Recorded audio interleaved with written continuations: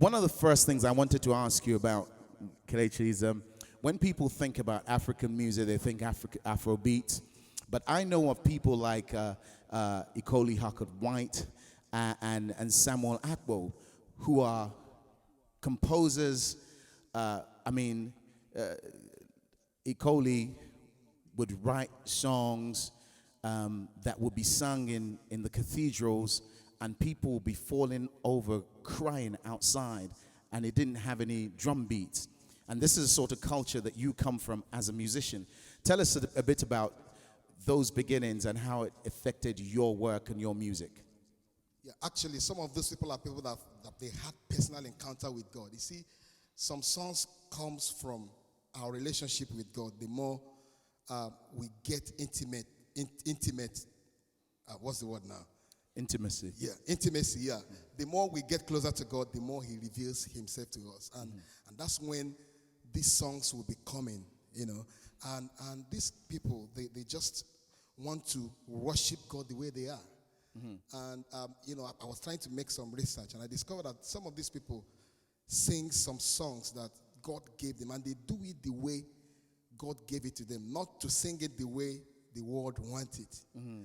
And at times, in fact, some of these songs, they do it in their own dialect. Wow.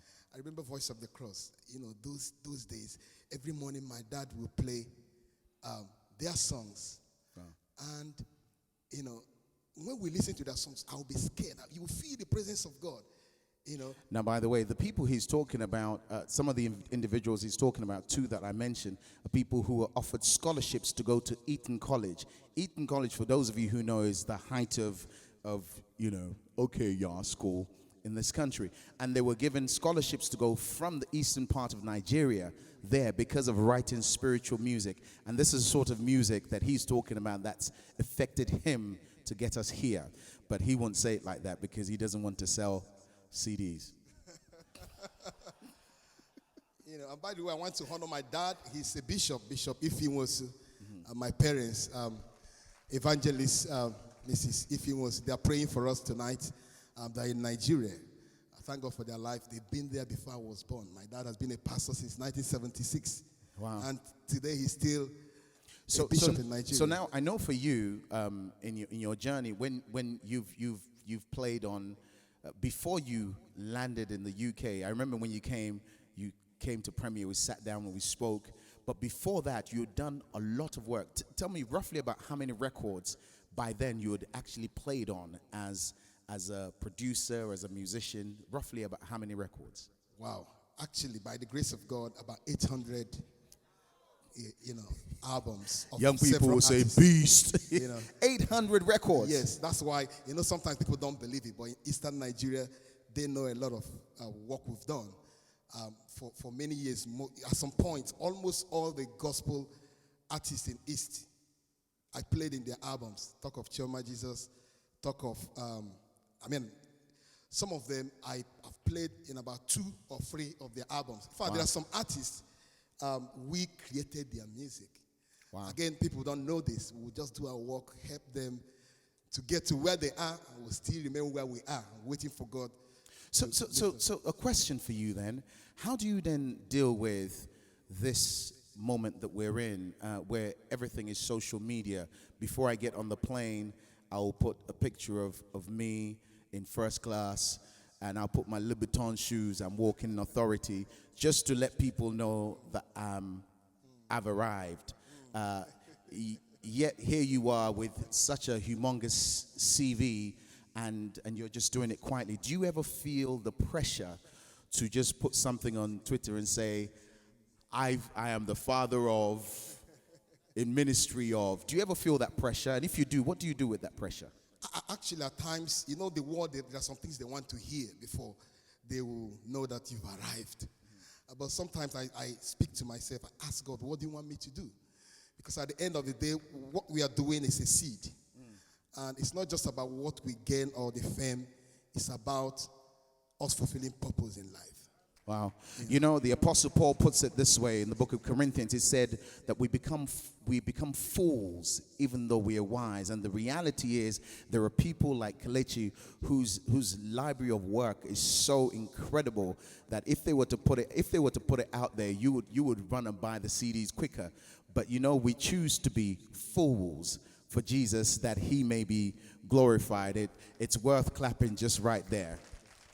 So one more question for you, and I know there's a lot you wanted to share, and I know the weight of a thing like this. I mean, just the personnel alone, you can't just say, "Bless the Lord, O my soul, and all that is within me, bless His holy name," and they'll walk away. The invoices will come at your door, and if you forget the benefits, if you forget, their debt collectors will arrive too. But what in your heart of hearts would you like to see happen? I know you love to see the CDs sell out. We all do. No one makes a CD and wants to keep it in their house. What would you like to see this project do, and how would you like for us to be praying for you, your wife, and your children going forward? I want the CD. I want my songs to bless people, to bless lives, and also to help people discover their own identity, and to help people know who they are, and don't be somebody else, be yourself. You know, there are several artists that got some gifts. Instead of them to do what God has given to them, they want to follow the trend, and then they want to sing what somebody else, they want to sound like somebody else. So I want people to listen to this and know that this is something coming from somebody's heart, his own style, his own identity, the way God gave it to him. I thank God for people like, and also I want this song to encourage other people. I thank God for people like Mr. Muyiwa, who is standing here. I remember 2005 when I came to UK. I heard about him and I called him. I said, "I want to come and see you." He's like, "Who are you?" I said, "My name is Kelechi." And then fresh from Abba. you know, even though I'm still trying to. And me myself, I'm from Omahia, so. I'm still trying to improve my Queen's English. But then it was very raw, very raw. And, and when I got to Premier Radio, and he was so humble. And by the time we spoke, he listened to some of my songs. And he said to me, "There is something different in you. You got something unique. Don't lose it." And there are some songs I played to him. He said, "This song is going to be a hit." The song I've sang this song several places. Unlimited expansion. Unlimited expansion.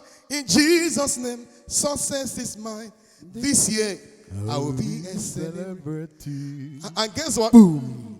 I sang that song in the church I used to attend then.